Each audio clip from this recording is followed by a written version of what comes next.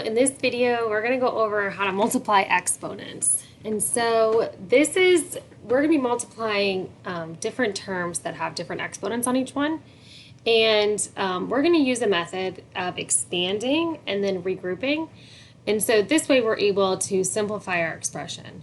So the first two problems on here, a to the third and a to the third b, we're just going to expand them just to take a look at what they look like. So to expand a to the third, that would just be a times a times a.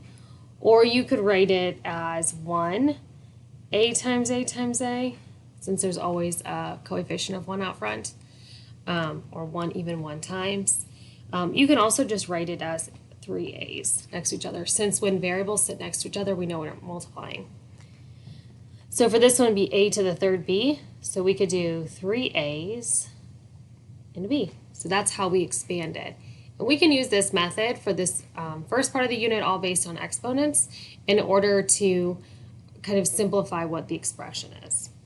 So we're going to do the same thing for these. We're going to expand out a to the second times a to the fourth. And so I'm going to expand out a to the second first. And so that would look like a times a. Just kind of code this on here for you. And then a to the fourth would be a times a times a times a.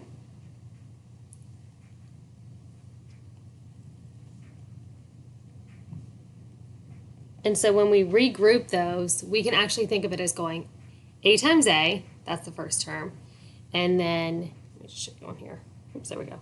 We could do a times a times a times a times a times a.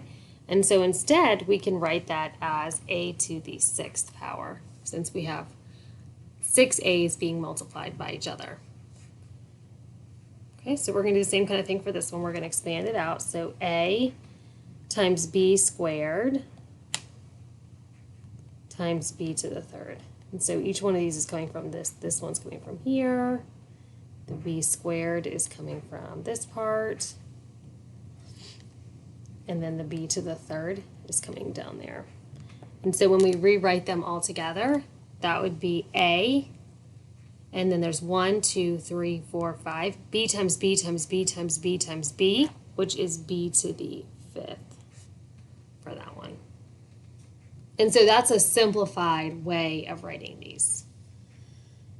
So for these, when we have, whether we call them a leading coefficient, the 2 and the 4, when you expand them, the 2 is only going to happen one time. So we're going to write, when we expand it, we're going to keep the 2, and then we're going to go ahead and square or bring down 2 a's for the a squared. So if I look at this one, this would come down as 2 times a times, and I just like writing the dot in between for like separation. It doesn't really matter. You don't even really need it. And then 4, and then we have 3 a's. So that was 4 times a times a times a, and then times b.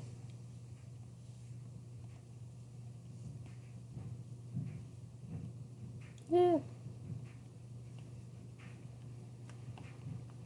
And so when we rewrite these, that would be 2 times 4, which is 8. And then I have 1, 2, 3, 4, 5 a's. So that would be a to the fifth power. And then we do times b. Typically, when we have more than one variable, we like to write in our answer. We like to write it so that it's like an alphabetic order. So, all right, and this is the last one. So for this one here, we would do again. I'm going to write them out. So this would be negative 5a times negative 3a, and then b squared. So bb. So here's coming from this part of the term. And then we have this part that we expanded to look like that. And so then we're going to go ahead and multiply the negative 5 times 3, so that's 15. And then we have 1, 2 a's, so a times a, which is a squared. And then we just have 2 b's, so b squared as well. And so that would be your simplified answer for that one.